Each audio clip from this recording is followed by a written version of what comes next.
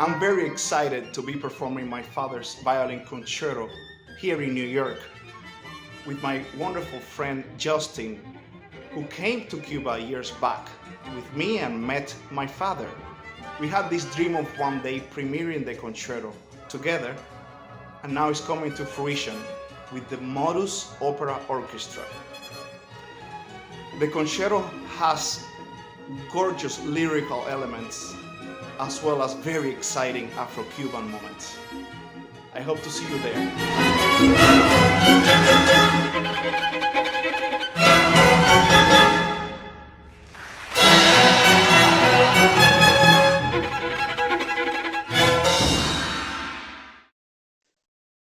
Okay, so we're coming to you with a special What's Going On. I'm your host, Hugo Fernandez, here on LaGuardia Web Radio. And my guests on a Saturday afternoon are, our conductor Justin Bischof and violinist Ilmar Gavilan of the Modus Opera Orchestra and Harlem Quartet. And they're on to discuss the U.S. premiere of Guido Lopez Gavilan's Afro-Cuban Antilles Violin Concerto, which will take place this evening at St. Mary's Church in Long Island City at 7:30 p.m. Did I get that right? Am I saying Antilles or should I say Antilles? I think in English is better so people hear, they understand. Yeah, which we think of the Greater Antilles and the Lesser Antilles, but we're talking about the islands of the Caribbean, the Cuba being one of those. Correct? That's right. Yeah, the largest.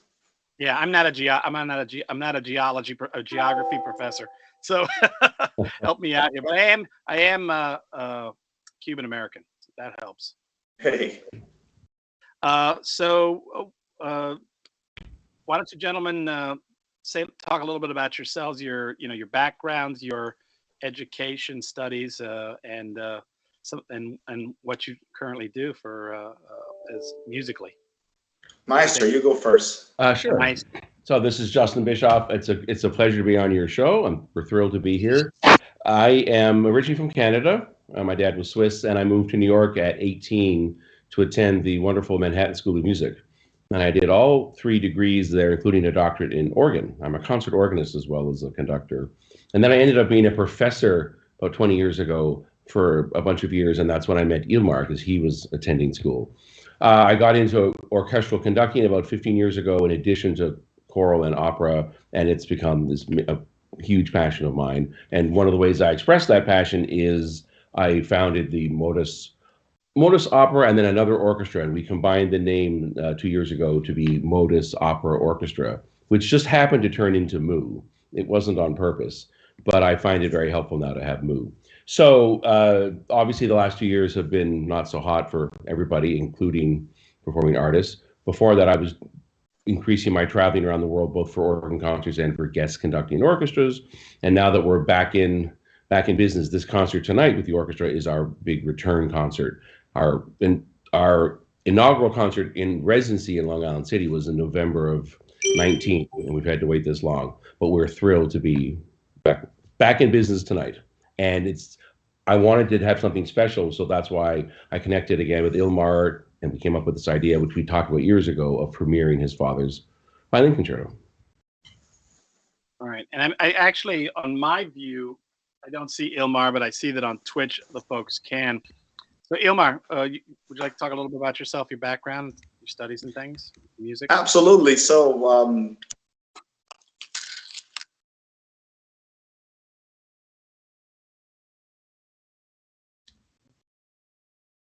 I think he froze. Is Ilmar frozen? Yeah, I don't know quite that's. Well, I can always talk more about me. Musicians are good at that. When I was a child, yeah. I mean, I was going to say, well, you could talk a little bit about the Harlem Quartet, but is that really Ilmar's? Well, I can talk about Ilmar. I mean, Ilmar grew up in Cuba and is an absolute prodigy. And at age 12, when you're a prodigy in a communist country, if you were the top, they sent you to Moscow. And so he went to Moscow to study, to have it all funded. And his father, the composer, is also a conductor and was conducting the National Orchestra for many years. And then Ilmar came 20 years ago to Manhattan School of Music to do his professional studies degree, and that's how we met. I was teaching theory and keyboard skills, and I met this fabulous violinist in the hall, this larger than life personality, and he was already making quite a name and a buzz with his playing, and we became friends, and which started a great friendship. And then about 5 years later, I was just determined to visit him in Cuba, and as a Canadian, I could do that. So I went down for a week and spent time with the family, and I got to know the country and spent time at their home and with his dad and his brother. They're an amazing, brilliant and prominent musical family of Cuba. So that's our connection. And then in terms of the Harlem String Quartet, which hopefully when he defreezes, he can talk more about. I believe, as I recall, it was an outgrowth of the Sphinx organization, which is this amazing organization for Black and Latino artists. And now it's their 25th year. And here is Ilmar. Oh, you're back. I've been your press agent. I talked about going to Moscow to study, but if you want to tell the story through the authentic voice, go for it.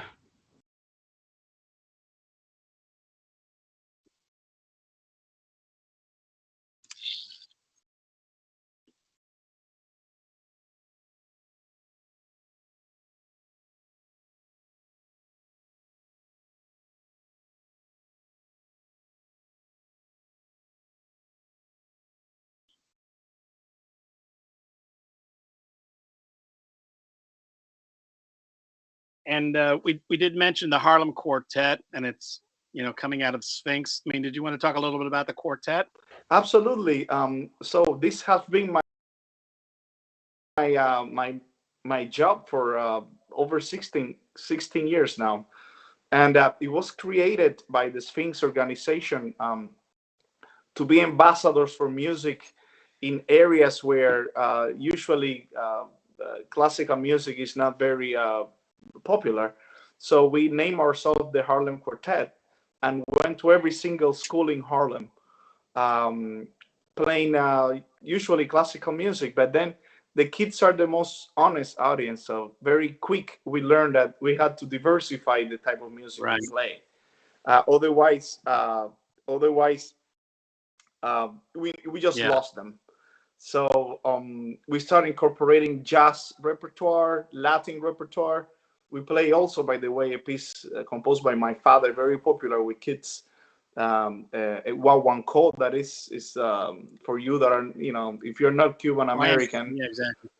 You probably never heard that word, or if you don't have a Latin background. But Guaguancó is a different type of clave that was brought by the African slaves to Cuba. And my dad uses a lot of that in the concerto we are premiering today, that type of sound. It's one of the national forms of music in Cuba. And I think my father used to say that Cuba had 9 different types of music, and every one of them had a dance form that went with it. And Guaguancó is, of course, the spiritual. It's tied to the Afro-Cuban religions, West Africa. That's correct. Yeah, your father was a wise person and a great dancer, by the way, and he loved music. You would probably have loved to see your show. So why don't we talk about the show tonight and talk about the Afro-Cuban Antilles violin concerto? Well, why don't you talk a little bit about your father, because the maestro was mentioning that he is the conductor of the National Symphony in Cuba and the National Orchestra. And but talk a little bit about your father. Yeah, my father actually, he started on violin. Maybe that's why he loves the violin so much. Just like Justin is a fantastic organist, and he also did study in Moscow in the Tchaikovsky Conservatory as a conductor. Then he came back to Cuba, started conducting the symphony there, and very quickly he noticed his other love for composing, and he also noticed a need for integrating the national roots of Cuba in the classical setting. Believe it or not, there were not that many compositions using our own folklore, something that the Europeans do all the time. Bartok and Beethoven, everybody uses their own roots to write symphonic music. For some reason, Cubans had more of the tendency of imitating the Europeans rather than using all that wonderful writing technique to also put our own roots in that setting, in a pedestal, in other words. And my dad has been doing that for a long time. For choir music, he's very popular. He doesn't have easy access to internet, so whenever he comes here, he's just amazed how many people in other countries sings his pieces, and I always admire his childlike expression when he says, "Oh my God, they're singing my piece in Indonesia. How do they know?" It's like, I told you that you're famous. So he's really well known, and he doesn't even know it, which makes it even more Well, special. so and maybe get the maestro involved as well.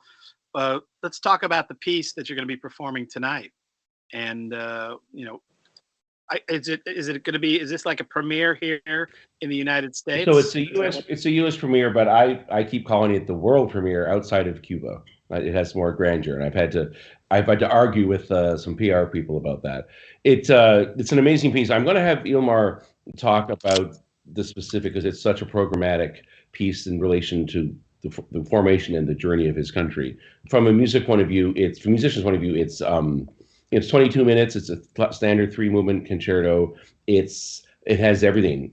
It has lyrical lines. It has amazing amounts of varied and interesting rhythms. We have four percussionists along with the orchestra and 21 instruments, including several Cuban ones. And we have a couple of the percussionists are very skilled and experienced in Cuban hand drumming, which is fantastic. And it was important to get people who could really play this music well. The orchestra has been doing, I have to say, a phenomenal job. When you have a group that is a pickup in the sense that we don't play every week. We met starting Thursday, and we've had three big rehearsals, and the concerto is going to be just an absolute hit. And there are many reasons I wanted to do this piece, apart from my connection with Ilmar and his family, and the fact that it's a great piece, is that we want to get pieces like this that are from underrepresented composers and underrepresented cultures to become part of the standard repertory, because the great pieces of the Western European music are phenomenal, and we're doing Tchaikovsky's Fifth tonight as part of that. But there's so much room for these kinds of pieces by first-rate world-class composers. So we're very excited to have it videoed and audio taped tonight so that we can spread the word over the next year and longer to get other other orchestras and other violinists to learn it and to really embrace this kind of an amazing piece of music. In terms of I can explain the three movements, but I'd rather have Ilmar do it in terms of how it relates to his country. Oh, Okay, Ilmar. my pleasure. So basically the genesis of the island of Cuba. The first movement is the geological um, literal appearance from the sea, emerging from the sea, the formation of the island. So it has a lot of fantasy like sonorities to start. It's like it's truly like very magical beginning, very dreamlike. Um, and the end of the first movement also relates to the cultural formation of the island. So you start hearing now some of the Cuban rhythms as the movement progresses. Uh, by that I mean the Afro-Cuban influence, which shape our salsa music, our danzón music, all of our roots Nice. in terms of early music is already present in the first movement. Um, the second movement relates to the formation of the spiritual Cuba, which incorporates, of course, the Catholic Church, the arrival of Christianity with the Spaniards, as well as that amazing combination with the existing religions that the African slave brought. So the second movement, interestingly enough, ends with the sound of seashells divinating the future. It's a type of very mystical, spiritual sonority that is orchestrated really well with harps, with percussive instrument doing some coloristic things that are amazing. And out of that, it comes to the third movement, which is meant to symbolize a runaway slave. And this is such a hard topic, which a lot of people don't like to discuss. Nobody's proud of slavery in any country, but it's something that my dad incorporates in the piece, and it really starts by having the orchestra naming the three main tribes: Congo, Mandingo, Karavali. So the orchestra actually recites those three words before the third movement starts, which it's meant to be again a runaway slave. And part of our culture, as you know, Hugo, is that we don't dwell in sad stuff. We acknowledge that, but we move on. So the piece takes that Afro-Cuban rhythm that is symbolizing a runaway slave, and little by little turns it into a conga, which is a carnival-style outdoor celebration where it doesn't matter your background, if you're descending of slave or descending of Spaniards. Once the Cuban identity is formed, we all celebrate all the same. And thanks to that African roots that sadly came via slavery, but thanks to that, we now have this identity and this richness in music and in culture and this joy that would have been expressed very differently if it wasn't for the African blood permeating the culture and all of these rhythms. So it ends in a full-blown orchestral conga, which I wish Gloria Estefan will hear it, because I was tempted to do a little lick that reminds me of ta ta da da da da da da da da. But then I was advised not to, just in case there's some copyright issue there. Yeah, we didn't want to have that problem. But it's the number of totally what seconds, it right? is. Oh, YouTube can identify things. It's unbelievable. Yeah, but I can't remember what the rule is on how many, whatever it Right, is. and there's some vague rules about whether it's enough or they go after you. So we just thought, well, because this recording is going to be so important. So I convinced right. We'll save it for another live performance. Yes. So the third movement, is that did we get them all in there? Is that all three? That's So it starts with theological, then the spiritual, and then kind of the celebration musically of the lessons. Well, yeah, it sounds amazing, and I understand that the show is sold out. Is that almost? It's the church seats about 350, and there are always going to be people showing up at the door. And you can still show up, but you may have to stand at the back. And are you going to record it? Oh yeah, well that's the thing. We're going to do the video audio so that we can promote. It's good for the orchestra, obviously, as we build up our brand and our following in our community, but also for this concerto, so that orchestras and violinists who are thinking of learning something new and different, it's like, well, here, take a listen to this. So it absolutely will be. Right. We'd have known sooner. We could have even considered a simulcast. Well, the challenge with that is, like someone said to me, "Are you going to stream it?" I said, "Well, when you see things streamed from Lincoln Center, they have all the cameras have operators, and there's been a production meeting, and the camera's going to go here, and the audio it's a much bigger budget, because if you just come in with a camera and a mic, for a full symphony orchestra, it's a challenge. But we're working towards that. We'd love to do that in the future.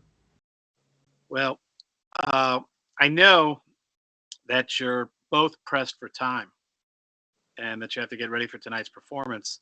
So I want to give you an opportunity to do that. But what else can we share? What other things would you like to share with our audience about tonight's performance, or Moo, or the Harlem Quartet, that we haven't had a chance to mention yet? Well, I'll say from my point of view, I'm Canadian and an A-type conductor personality, but I've been not good at PR in terms of self-promotion. So Right. I'm getting better at this. So please go to YouTube and subscribe. It's Moo. Very easy. It's right there. And our website is mooNYC.org, which is almost finished. Check in, tell your friends, spread the word, like our posts, all that stuff I'm supposed to be talking about. We're at a point now where having lived through this horrific 2 years, we're now, like most artists, we're just chomping at the bit to get the word out and be back to what we're doing. So it would really help us. It would help the organization and Ilmar and me and everyone if your listeners were to go and do that. Sure. Ilmar? For me, I think I would love to share the fact that there is a PBS documentary about my brother and myself called Los Hermanos / The Brothers. It's a bilingual documentary. And if you just Google Los Hermanos / Brothers Gavilan, it will come up. And it's a wonderful documentary about the current situation with Cuba. My brother lives there, and it's very hard for him to come here perform with me. And my father is part of that documentary. You can hear more of that music. They have a brilliant page, and they've been really supportive of this concert. Mm-hmm. And the documentary people. So I just wanted to have some synergy and share that with your audience as well. I can send you a link if you have a chance to post the link. The same with Justin's YouTube link, if that helps. Yeah, we will. We archive everything we do. So we have our own YouTube channel, and we have an audio channel called SoundCloud, which is audio guide, as well as on Twitch, and we can load up links so that folks can follow you, and you'll actually be part of the institutional archives as well. So we'll send you the link for this recording for today and the broadcast, so that you can share it with your community and have it. The documentary is fantastic. It also has Joshua Bell in there for a little bit, and isn't Dave Matthews in there? Yes, right. So it's a lot of well-known people part of the documentary. It's fun, yeah. Well, I know, Ilmar, you have to go, but Maestro, you said you would stick around if there were questions. I've got the Twitch stream behind me here. I'm just going to do a quick turnaround. I don't see any questions asked, so if I know you both have to get ready for tonight's performance. So I want to thank you both for being on the show today. And today my guests on What's Going On have been conductor Justin Bischof and violinist Ilmar Gavilan of the Modus Opera Orchestra and the Harlem Quartet. And we've been discussing the U.S. premiere of the Guido Lopez Gavilan's Afro-Cuban Antilles Violin Concerto, which will be taking place this evening at St. Mary's Church in Long Island City at 7:30 p.m. If you rush out there, you can still get a ticket. You may have to stand, but it sounds like it's going to be well worth it. So thank you, gentlemen. Thank you so much for having us. It's been a real pleasure. Thank you. Absolutely. Thanks. And I think hopefully my engineer, Mr. Pope, has something queued up that will take us out musically. Thanks for watching. Thanks for listening. Bye-bye. Thanks.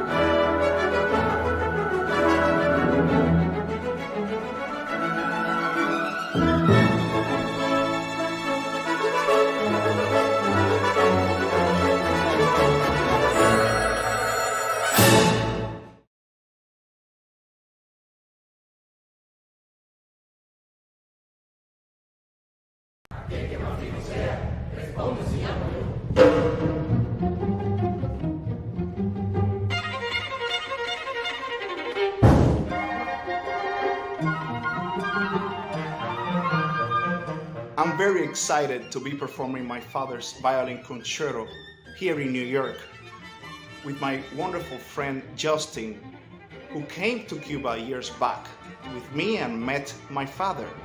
We had this dream of one day premiering the concerto together, and now it's coming to fruition with the Modus Opera Orchestra. The concerto has gorgeous lyrical elements as well as very exciting Afro-Cuban moments. I hope to see you there.